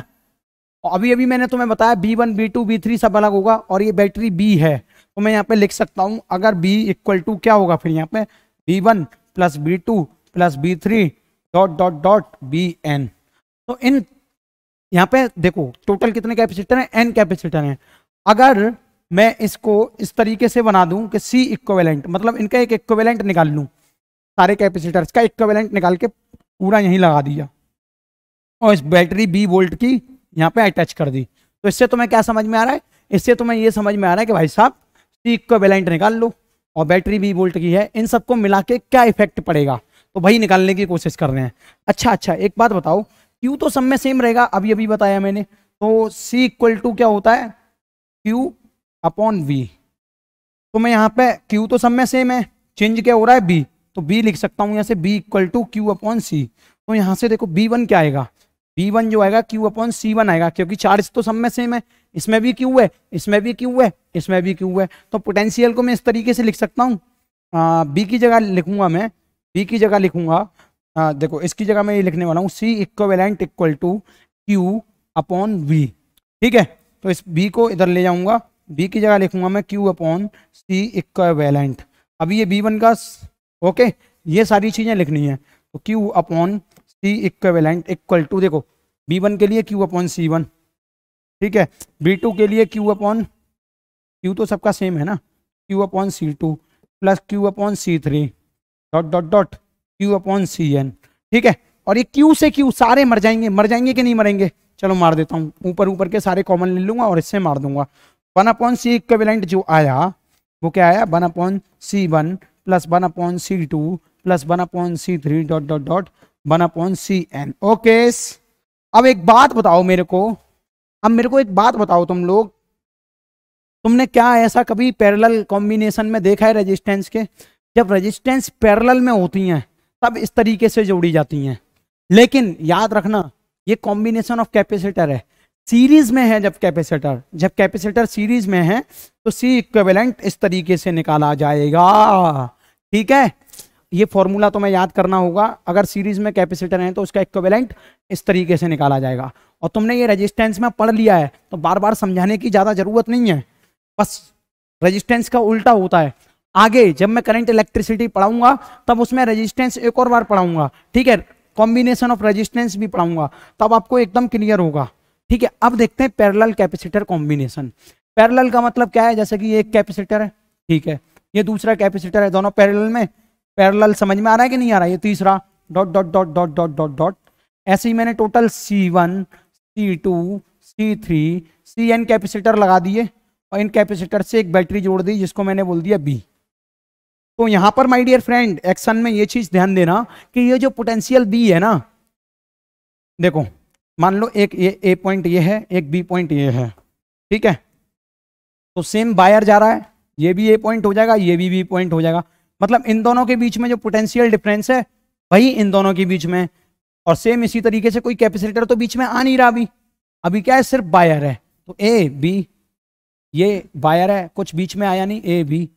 ठीक है, अब जैसे ही देखो ए से मैं ऐसे ऐसे जाऊंगा तो ये कैपेसिटर बीच में आ रहा है, मैं कूद रहा हूं तो पोटेंशियल ड्रॉप हो रहा है कुछ, इसीलिए इस पॉइंट को मैं ए नहीं ले रहा, बार बार बी ले रहा हूं। ऐसे यहाँ वायर है, ए कूदूंगा यहाँ से कुद्दी मारूंगा तो पोटेंशियल चेंज हो जाएगा, बी हो जाएगा। ठीक है, तो अब यहाँ से तुम्हें ये समझना होगा कि पैरेलल में जो पोटेंशियल होता है वो सब में सेम होता है, इसमें जितना है उतना ही इसमें, उतना ही इसमें, उतना ही इसमें, उतना ही इसमें। तो मैं यहाँ पे एक पॉइंट लिख सकता हूँ कि वहां पर तो देखो सीरीज में तो चार्ज सेम था, लेकिन यहां पर क्या है, पोटेंशियल सेम है, तो मैं यहां पर लिखता हूं इन पैरेलल कॉम्बिनेशन, ठीक है, potential is same across each capacitor. ठीक है, अक्रॉस ईच कैपेसिटर, पहला पॉइंट। दूसरा पॉइंट बताओ मेरे को, दूसरा पॉइंट देखना, एक सेकंड आंखें पोंछ लूं, पसीना आने लग रहा है। देखो दूसरा पॉइंट क्या कहता है, ये बी है, सब में सेम है, लेकिन एक बात बताओ, इस बी से चार्ज भी तो निकलेगा, क्यू, जैसे क्यू निकला क्यू निकला क्यू निकला, अब दो भागों में चार्ज बढ़ जाएगा, एक इधर जाएगा तो इसको मैं बोल दूंगा Q1, एक इधर जाएगा Q2। दिख रहा है आपको, चार्ज जो है डिस्ट्रीब्यूट हो गया। चलो अलग कलर से दिखाता हूं थोड़ा, चार्ज जो है डिस्ट्रीब्यूट हो गया, ये Q1, ठीक है, ये वाला, और ये Q2। अब इसी तरीके से Q2 आगे जाएगा तो इसके दो रास्ते मिलेंगे, एक तो ये वाला मिलेगा जिसको मैंने बोल दिया Q3 और इसको बोल दिया Q4। तो तुम्हें दिख गया कि यहाँ पे डिवाइड क्या हो रहा है, चार्ज। तो यहाँ पे लिख सकते हो इन parallel combination charge is not same across each capacitor but it is divided. ठीक है, तुमने देख लिया। तो अब मैं यहां पर क्या लिखना चाहूंगा, अब मैं यहां लिखना चाहूंगा कि बट क्या रहा है, हमारा चार्ज बट रहा है। मान लो टोटल चार्ज मैंने क्यू दिया था, कितना दिया था, क्यू। समझ में आ गई बात। और इस क्यू को मैं लिख रहा हूं Q equal to Q1 plus Q2 plus Q3। ठीक है, बटते बटते वो Qn तक बट गया है। तो अभी अभी मैंने बताया कि अगर मैं इसका इक्विवेलेंट रेजिस्टेंस लिखूंगा तो वो कुछ इस तरीके से लिखूंगा, सी इक्विवेलेंट पूरे फिट कर दिए, फिर एक बैटरी बी, है ना, बी। अब इसकी वजह से चार्ज कितना होगा यहाँ पे, देखो सी इक्विवेलेंट इक्वल टू क्या होता है, C equal to Q upon B होता है, क्यू अपॉन बी। क्यू की वैल्यू क्या आएगी यहाँ पे, सी इक्विवेलेंट इनटू बी आएगी। तो अपना क्यू क्या है, बड़ा वाला, इसको ऐसे लिख लो। तो ये तो तुम्हें क्यू की वैल्यू मिल गई, तो क्यू की जगह यही लिख दो, सी इक्विवेलेंट इनटू बी। एक बात बताना, पोटेंशियल बी इस पूरे कैपेसिटर के जितने भी कैपेसिटेंस हैं उन सब पे बी है। तो एक बात बताओ, इसके अक्रॉस भी तो बी पोटेंशियल है, चेंज थोड़ी हुई है। तो Q1 को कैसे लिखूंगा, यहीं से लिख लो, Q1 को भी ऐसे ही लिख दूंगा, साफ C1 इंटू बी लिख दूंगा। तो यहाँ पे लिख दो C1 इंटू बी। सेम इसी तरीके से Q2 को लिख दूंगा C2V2 प्लस, नहीं बी तो सेम है सब में, C2V plus C3V dot dot dot plus CNVN, नहीं BN नहीं लेना, कंफ्यूजन नहीं, सब में पोटेंशियल सेम है।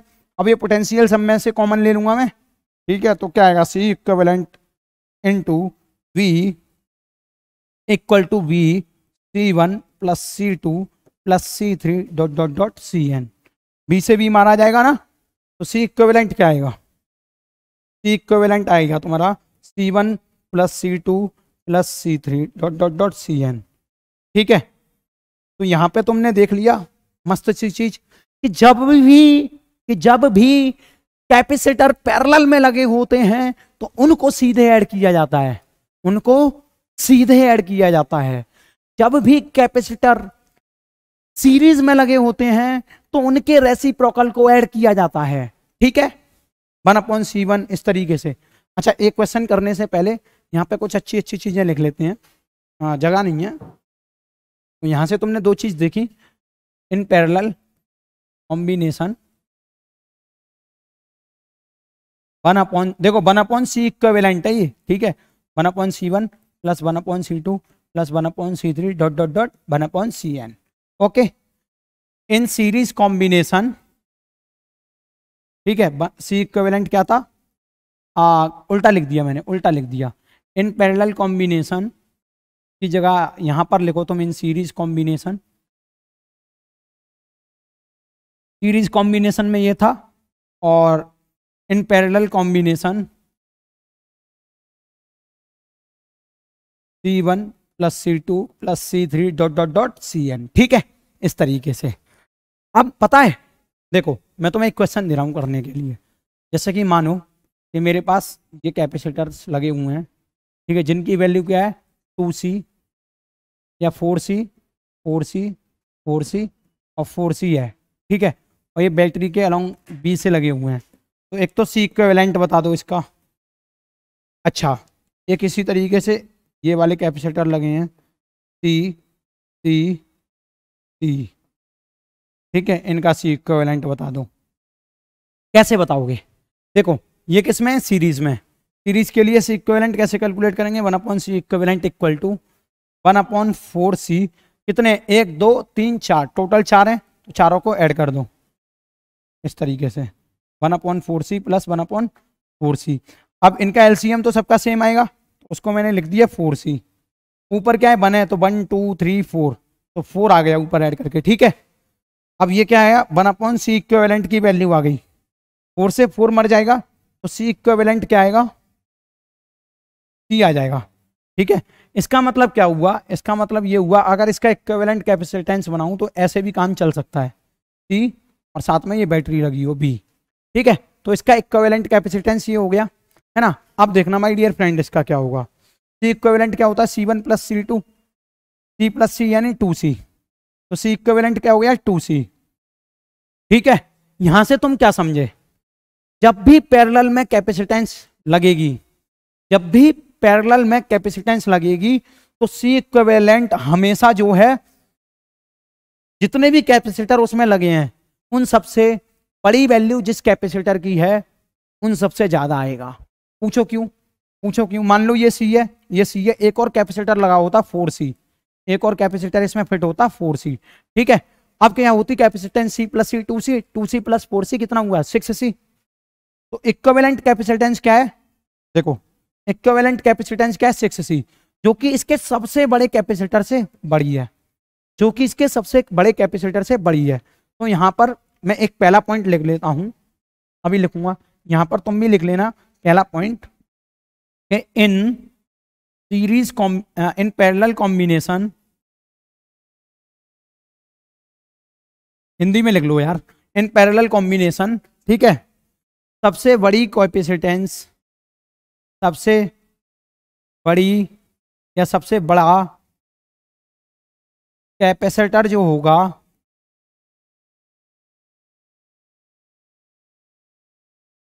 इक्विवेलेंट उससे भी बड़ा आएगा, उससे भी बड़ा आएगा।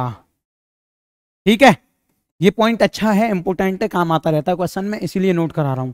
अच्छा, यहां पर देखना माय डियर फ्रेंड, सारे 4C हैं, सारे के सारे 4C हैं, और सी इक्विवेलेंट क्या आया, C आया।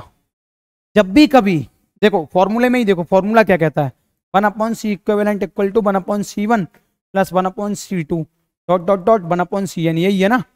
इसमें क्या होगा, देखो इसमें ये होगा कि टोटल जितने भी कैपेसिटर सीरीज में लगे हुए हैं उनमें जो सबसे छोटा कैपेसिटर होगा, उनमें जो सबसे छोटा कैपेसिटर होगा सी इक्विवेलेंट की वैल्यू जो है उससे भी छोटी आएगी, उससे भी छोटी आएगी। चलो ये तो तुमने नोट कर लिया ही होगा, पॉज करके नोट कर लो, मैं एक और क्वेश्चन कराता हूं इसके ऊपर, फिर ये बातें तो मैं अच्छे से समझ में आएंगी।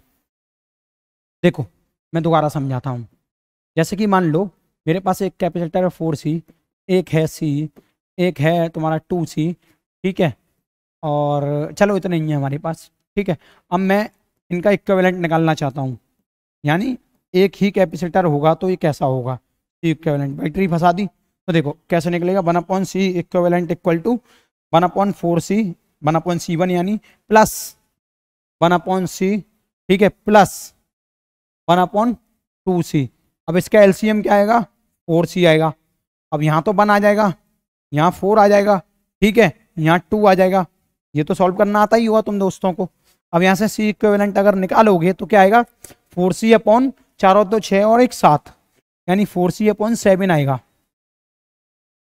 तो तुम ये पाओगे यहाँ पे सबसे छोटा कैपेसिटर क्या है, C, सबसे छोटा कैपेसिटर क्या है, C, और सी इक्विवेलेंट क्या है अपना 4C अपॉन 7, जो कि 1 से छोटा है, यानी जो कि 1C से छोटा है। देख पा रहे हो ना, 4/7 है। अगर इसको मैं सॉल्व करूंगा तो लगभग लगभग वो 0.6 के आसपास आ जाएगा, ठीक है, जो कि 1C से छोटा है। तो यहां पर मैं एक पॉइंट लिखता हूं, पॉइंट ये है कि अगर इन सीरीज कॉम्बिनेशन, हिंदी में लिखूंगा इसको भी मस्त से, इन सीरीज कॉम्बिनेशन, है ना, सबसे बड़ा यहां पे लिखूंगा सबसे छोटा कैपेसिटर, सबसे छोटा, अरे यार छोटा, सबसे छोटा कैपेसिटर जो होगा इक्विवेलेंट की वैल्यू, इक्विवेलेंट की वैल्यू उससे भी छोटी आएगी, की वैल्यू उससे भी छोटी आएगी। लिख लो इसको,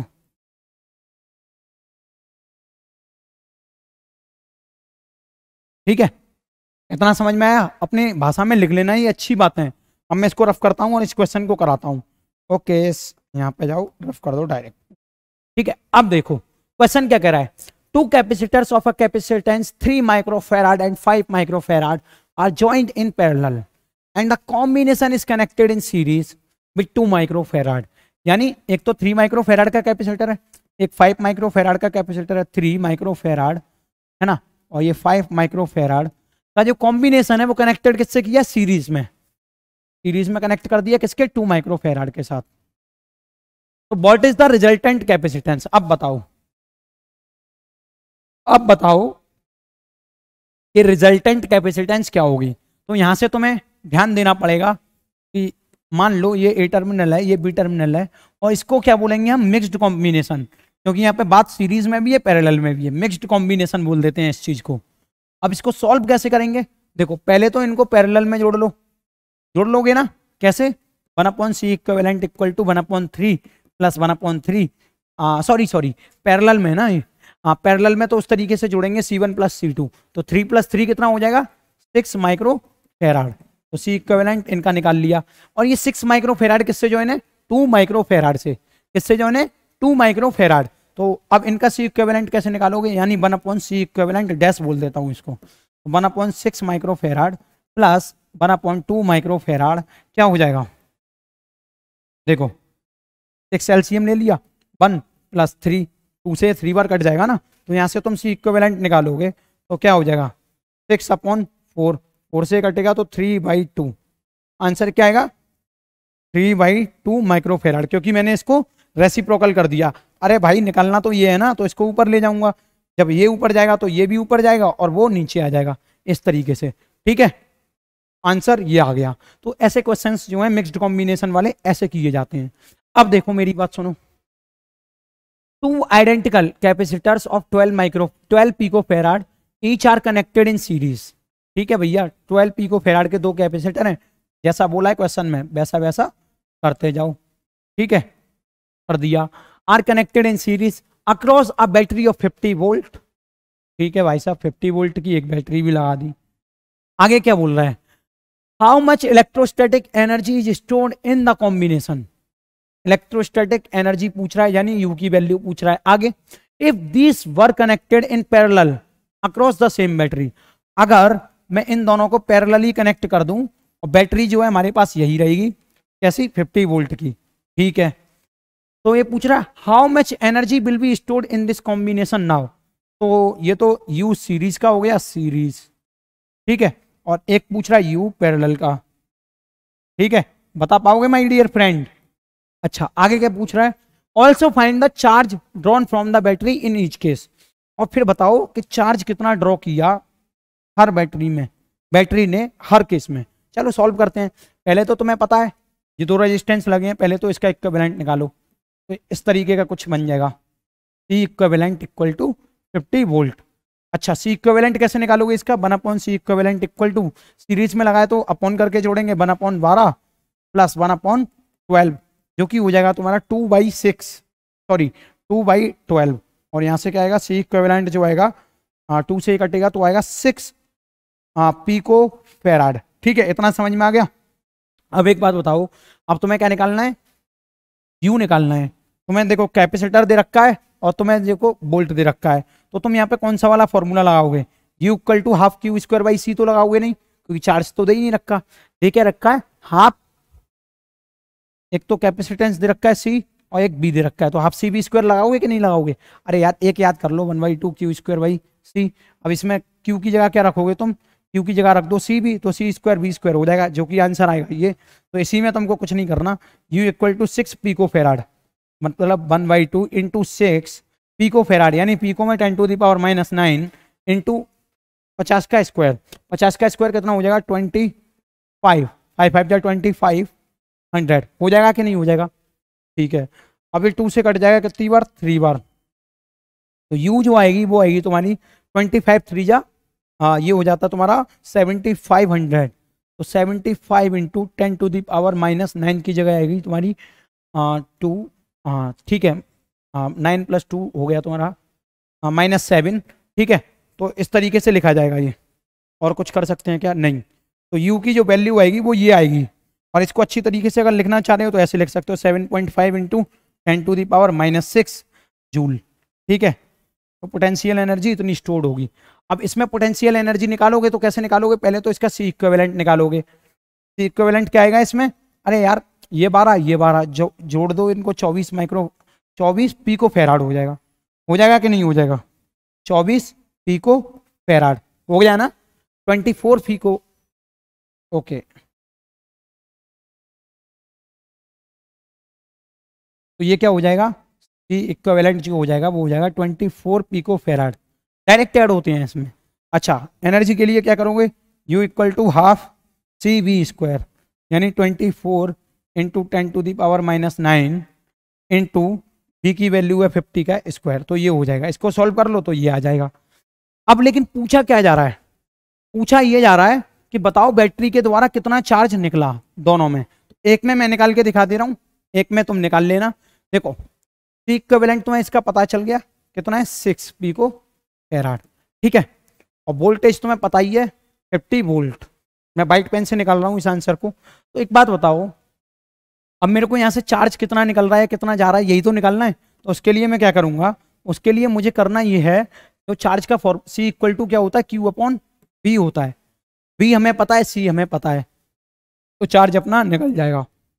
निकल जाएगा कि नहीं निकलेगा, बस भाई बता दो। तो देखो क्यू निकालना है, सी हमको पता है, सी इक्विवेलेंट कितना निकाला 6 पिको फेराड, ठीक है, पिको फेराड इनटू वोल्टेज कितना है 50, तो ये हो गया तुम्हारा चार्ज, है ना। और इस पिको फेराड की वैल्यू रख दोगे। चलो अब जल्दी से हम सेकंड क्वेश्चन देखते हैं, झट से इसको झट से समझने की कोशिश करते हैं। देखो क्या कह रहा है, two identical capacitor of 12 pico farad, दो आइडेंटिकल कैपेसिटर हैं 12 पिको फेराड के, जो कि कनेक्टेड हैं किसमें, सीरीज में, across a battery of 50 volt. तो इनको सीरीज में कनेक्ट कर दो और 50 वोल्ट की बैटरी लगा दो। यही तो बात हुई है अपनी, 12 पिको फेराड और 12 पिको फेराड, ठीक है। अगला क्वेश्चन क्या बोल रहा है, how much electrostatic energy is stored in this combination. तो इसमें पूछ रहा है यू अगर हम सीरीज में लगा दें तो इसकी पोटेंशियल एनर्जी कितनी होगी स्टोर्ड इसमें, ठीक है। तो ये कैलकुलेट करना है। अब देखो और क्या बोला है, if these were connected in the parallel across the same battery, okay, same battery यानी 50 वोल्ट। अगर यही चीज यही कैपेसिटर हम पैरेलल में लगा देंगे, हम पैरेलल में लगा देंगे, ठीक है, 12 पिको फेराड, 12 पिको फेराड, और बैटरी क्या रहेगी 50 वोल्ट। तो इसमें भी यही पूछा है, how much energy will be stored in this combination, तो यानी यू पैरेलल में कितनी है ये भी कैलकुलेट करनी है। ओके, अगला क्वेश्चन क्या कह रहा है, also find the charge drawn from the battery in each case. यानी अब ये बैटरी भाई साहब चार्ज तो देगी देगी, है ना, ये चार्ज इस पर जाएगा, तो उस चार्ज की वैल्यू निकालनी है। क्यू सीरीज में चार्ज क्या है और क्यू पैरेलल में चार्ज कितना बैटरी से निकला। चलो सॉल्व करते हैं। ईमानदारी से बताना, ये सीरीज में है तो सीरीज के कॉम्बिनेशन को कैसे लिखूंगा मैं, सी इक्विवेलेंट सीरीज के लिए इस तरीके से लिखेंगे, 1/c equivalent equal to 1/c1 plus 1/c2। 1/c1 क्या है 12, 1/12 प्लस 1/12। अब इससे सी इक्विवेलेंट निकाल लोगे ना तुम, ये 2 हो जाएगा, 2/12 क्या होगा 6 होगा, तो यहाँ पे 6, और यूनिट क्या है पिको फेराड, और एक पिको फेराड में होता है तुम्हारा 10⁻⁻12 फेराड, कितना 10⁻⁻12 फेराड। लेकिन कोई नहीं, सारी चीजें हम पिको फेराड में ही निकालेंगे अब। ओके, तो एक बात बताओ, अब एनर्जी चलो ऐसा यूनिट में ही निकाल लेते हैं, तो इसको लिखेंगे 6 × 10⁻⁻12 फेराड, ऐसा यूनिट में ही निकालते हैं सारी चीजें, ठीक है। तो एनर्जी क्या होता है, U equal to half energy stored in this capacitor, जो कि इसने पूछा है, ठीक है, energy stored in this combination.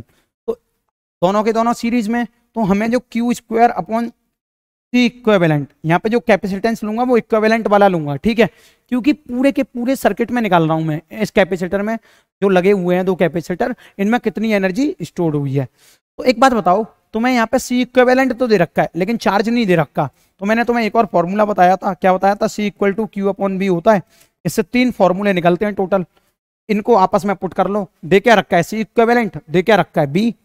तो ऐसा करते हैं कि इस फॉर्मूले को इस तरीके से चेंज करते हैं कि सी और बी दोनों के टर्म में आ जाए। तो क्यू की जगह क्या रखोगे सी बी, क्यू की जगह सी बी रखोगे, C square B square, C से सी कट जाएगा, तो ये आ जाएगा तुम्हारा half C equivalent B square. तो ये वाला फॉर्मूला लगेगा, और ये फॉर्मूला तुम लगा भी पाओगे, पूछो कैसे। सी इक्विवेलेंट क्या है 6 पिको फेराड, जिसकी वैल्यू क्या है 10⁻⁻12, 6 इंटू, है ना, और इसका क्या है बी 50, 50 का स्क्वायर होता है तुम्हारा 2500। तो इसको तुम सॉल्व करो, 2 से कटेगा 3 बार, 25 3 जा होते हैं 75, तो u इक्वल टू जो आएगा 7500 इंटू 10⁻⁻12। इसको बढ़िया तरीके से सॉल्व करके लिखोगे सुंदर सजा के, तो ये आ जाएगा 7.5। देखो जो 2 0 और 1 3, यानी प्लस के 10 टू दी पावर प्लस की पावर 3 और ये माइनस की पावर 12। जब ये दोनों सॉल्व होंगे तो ये यहाँ पे आ जाएगा -9 जूल, ठीक है। समझ में आ गई इतनी बात। सेम इसी तरीके से यू पैरेलल फाइंड कर लो। यू पैरेलल फाइंड करने के लिए भी यही फॉर्मूला लगाना है। तो यू, ये तो सीरीज वाला आया, यू पैरेलल कैसे निकालोगे, half C equivalent into B square. अब इसका सी इक्विवेलेंट क्या होगा, देखो ये पैरेलल में, ये पैरेलल में, पैरेलल में क्या होते हैं कॉम्बिनेशन, इस तरीके से ही निकाल लो ना। पैरेलल में क्या होगा, सी इक्विवेलेंट जो है जुड़ जाएगा ना, ही तो 12 12 24 पिको फेराड हो जाएगा, है ना, 24 पिको फेराड। तो डायरेक्ट यहाँ पे लिखो ना तुम, half C equivalent, C equivalent की जगह लिखो तुम 24 पिको फेराड की जगह लिखो -12 और इनटू ये हो जाएगा तुम्हारा बी स्क्वायर, बी क्या 50, यानी 50 का स्क्वायर जो होगा वो होगा तुम्हारा 2500। अगर तुम इसको सॉल्व करोगे तो ये आ जाएगा तुम्हारा u पैरेलल इक्वल टू, ये कितनी बार कटेगा, 12 बार, ठीक है। ओके, ये 3 बार कट रहा था, ये 12 बार कट रहा है। ओके, तो 12 इंटू 25 करोगे तो 250 और 300 आएगा, है ना, 300 इंटू, और ये साथ में 100 का भी मल्टीप्लाई हो जाएगा, इंटू 10 टू दी पावर -12।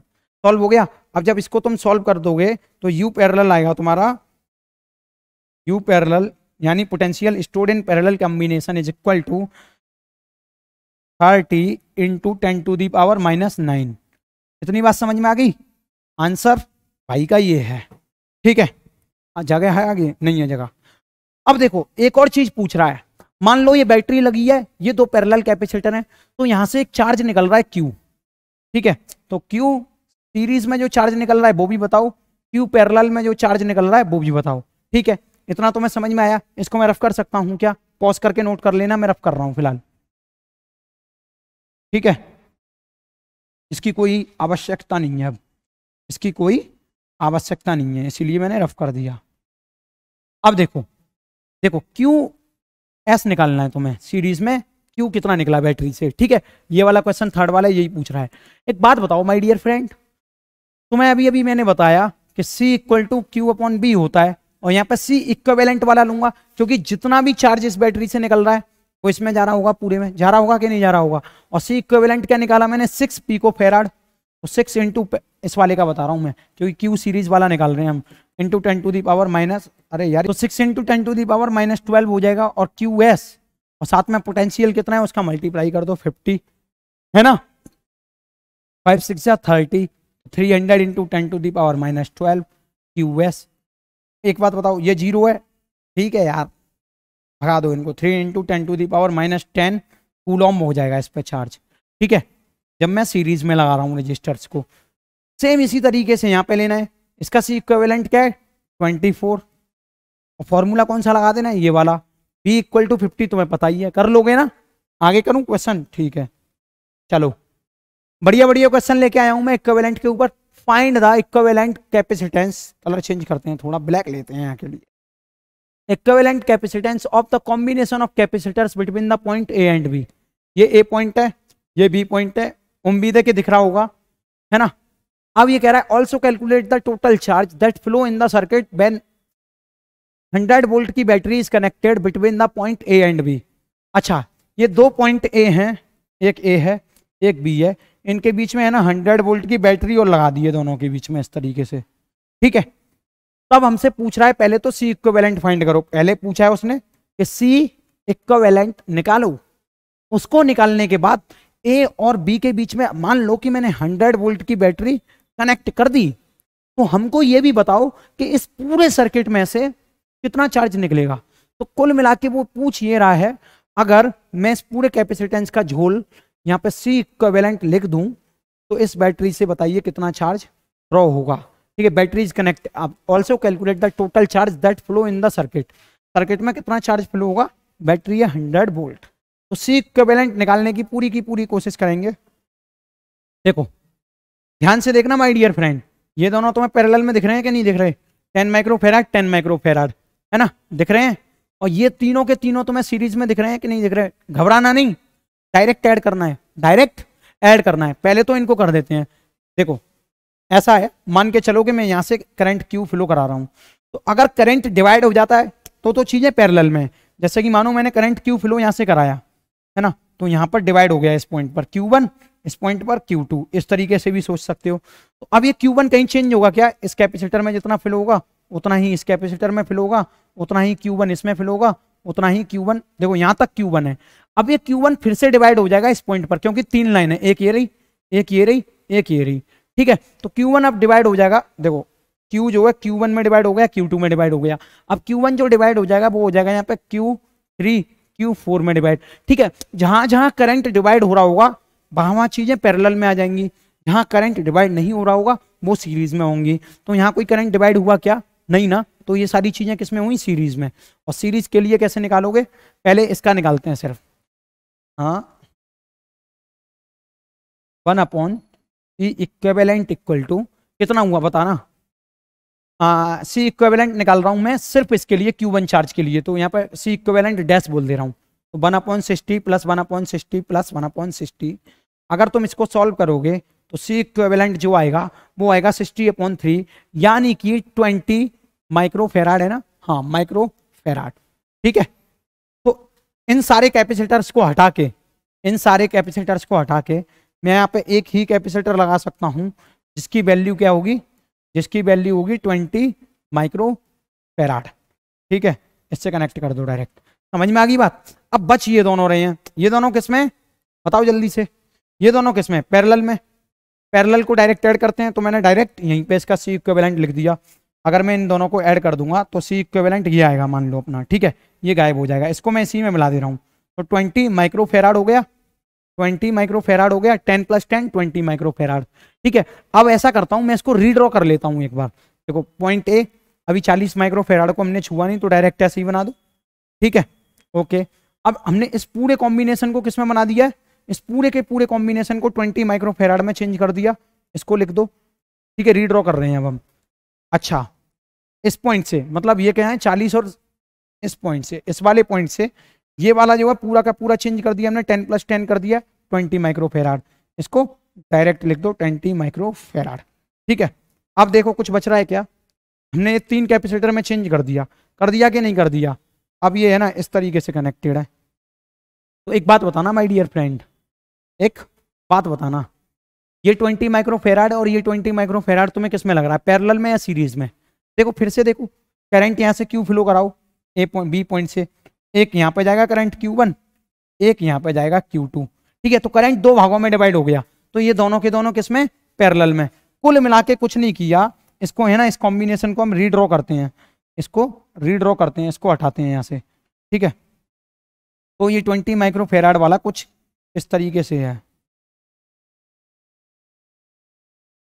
ठीक है। अब एक वायर ही तो है, इसको मोड़ दो कैसे भी मोड़ दो, इधर से ऐसे मोड़ दो, ऐसे मोड़ दो, वायर तो कैसे भी मोड़ा जा सकता है, सीधे भी रखा जा सकता है। तो ये 20 माइक्रोफेराड, ये 20 माइक्रोफेराड किस में है, पैरेलल में। तो 20 माइक्रोफेराड ये निकाला हमने, ये जो है पूरा इसके साथ में पैरेलल में है। तो पैरेलल वाले को जब हम ऐड करेंगे तो ये आ जाएगा तुम्हारा 40 माइक्रोफेराड, ठीक है। कितना आ जाएगा, 40 माइक्रोफेराड। तो अब मैं इसको रफ करके पूरे को यहाँ पे इसका सी इक्विवेलेंट जो है इतना लिख सकता हूँ, 40 माइक्रोफेराड। अब तुम पाओगे कि ये 40 माइक्रोफेराड हो गया, ये एक पॉइंट है। यहां से अगर मैं चार्ज फ्लो कर रहा हूं ऐसे ऐसे ऐसे ऐसे पूरे में जा रहा है, चार्ज चेंज नहीं हो रहा, तो ये 40 माइक्रोफेराड, ये 40 माइक्रोफेराड क्या है, सीरीज में। तो यहां से जो डायरेक्ट मैं बोलूंगा कि जो सी इक्विवेलेंट आया, ऐसे नहीं, यहां से जो फाइनल सी इक्विवेलेंट आया, सी इक्विवेलेंट ट्रिपल डैश बोल दे रहा हूं मैं इसको, है ना, वो कितना आया 1/40 प्लस 1/40। तो इसको मैं लिखूंगा C equivalent triple dash equal to 40/2 यानी 20 microfarad. Okay my dear friend, तो जो टोटल सी इक्विवेलेंट आया, जो इक्विवेलेंट आया वो 20 माइक्रोफेराड आया। तो मैं यहाँ पे ये कह सकता हूं, ये जो पूरा झमेला है ना कैपेसिटर का, वो 20 माइक्रोफेराड के बराबर है, वो 20 माइक्रोफेराड के बराबर है। अब मुझे ये नहीं समझ में आ रहा इन्होंने इतने सारे क्यों लगाई ठीक है, वो तुम्हें परेशान करने के लिए लगाए थे। तो यहाँ पे 20 माइक्रोफेराड आ गया इक्विवेलेंट, एक क्वेश्चन अपना सॉल्व हो गया उसमें से, इसको मैं रफ कर सकता हूँ, है ना। अब दूसरा क्वेश्चन पूछा है कि कितना चार्ज इसमें से ड्रॉ होगा, तो तुमको अभी अभी फॉर्मूला बताया C equivalent equal to Q/V, total charge इस पूरे कैपेसिटेंस में कितना होगा, C equivalent into V equal to Q। तो 20 माइक्रोफेराड इंटू 100 यानी 20 इंटू 100, साथ में माइक्रोफेराड था तो 10⁻⁻⁶, तो ये हो जाएगा तुम्हारा 2 इंटू 10⁻³ कूलॉम का चार्ज यानी Q। आंसर ओके, बात समझ में आ गई एकदम। देखो कितना जटिल नहीं है कुछ भी, दोबारा बता रहा हूं मैं एक बार रफ करके, कुछ भी खतरनाक नहीं है इसमें। देखो अब आप खुद से करना, ये सीरीज में है तीनों, दिख भी रहे हैं साफ, है ना। अगर मैं चार्ज क्यू यहाँ से फ्लो कर रहा हूं तो देखो कहीं बट तो नहीं रहा, ऐसे है ऐसे है ऐसे जा रहा है। बटेगा कब? देखो चार्ज जब तक एक सिंगल लाइन है तब तक तो नहीं बटेगा, चाहे कैसे भी जा रही हो, लेकिन यहाँ से अगर दो लाइन्स निकली होंगी तो चार्ज बट जाएगा। मान लो यहाँ से क्यू जा रहा था तो यहाँ पे Q1 हो जाएगा, यहाँ पर Q2 हो जाएगा, दो जगह बट गया ना। इसी तरीके से जैसे ये पॉइंट आ गया है, यहाँ पे तिराया है, एक ये रहा एक ये रहा, तो ये Q चार्ज जो है दो जगह बट जाएगा, Q1 Q2। समझ में आ गई मेरी बात? अब एक और बात सुनो, यहाँ पे भी तिराया है तो ये क्या आ जाएगा, हाँ जंक्शन बोलते हैं इस पॉइंट को, जंक्शन। ठीक है, जंक्शन, जंक्शन का मतलब होता है एक ऐसा पॉइंट जहां से तीन चार रास्ते जा रहे हो। ठीक है, दो से ज्यादा रास्ते जा रहे हैं। अब एक बात बताओ, ये पैरेलल में तो साफ दिख रहा है, तो इसको तो हम पैरेलल में ऐड कर ही देंगे। फिर इसका जो सी इक्विवेलेंट आएगा, इसका जो सी इक्विवेलेंट आएगा वो इसके पैरेलल में होगा, वो ज्वाइंट कर दिया। अब ये पूरा का पूरा जो कॉम्बिनेशन हो जाएगा वो इसके सीरीज में होगा। इस तरीके से सॉल्व किया, आंसर आ गया। ये आगे करें, आगे भी खतरनाक क्वेश्चन नहीं है कुछ, बहुत ही सरल है, बस ढंग से देखना। देखो क्या बोल रहा है, find the equivalent capacitance between the point P and Q। एक पॉइंट P है, एक पॉइंट Q है, P और Q के बीच में हमें ये बताओ कि इक्विवेलेंट कैपेसिटेंस क्या होगी। C की वैल्यू 18 माइक्रोफेराड है और C1 की वैल्यू 12 माइक्रोफेराड है। तो देखो ये C है, C है, ये C1 है। ठीक है, ये वाली जो वैल्यू है वो C1 है, ये वाली भी C1 है और सारी C है। एक बार मैं इस डायग्राम को अपने हिसाब से बना के दिखा रहा हूं, फिर सॉल्व करवाऊंगा और अच्छा लगेगा आपको।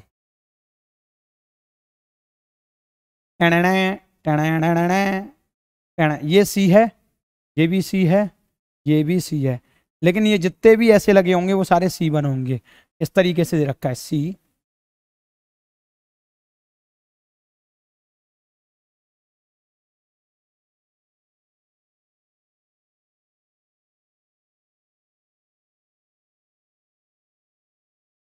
ठीक है, C।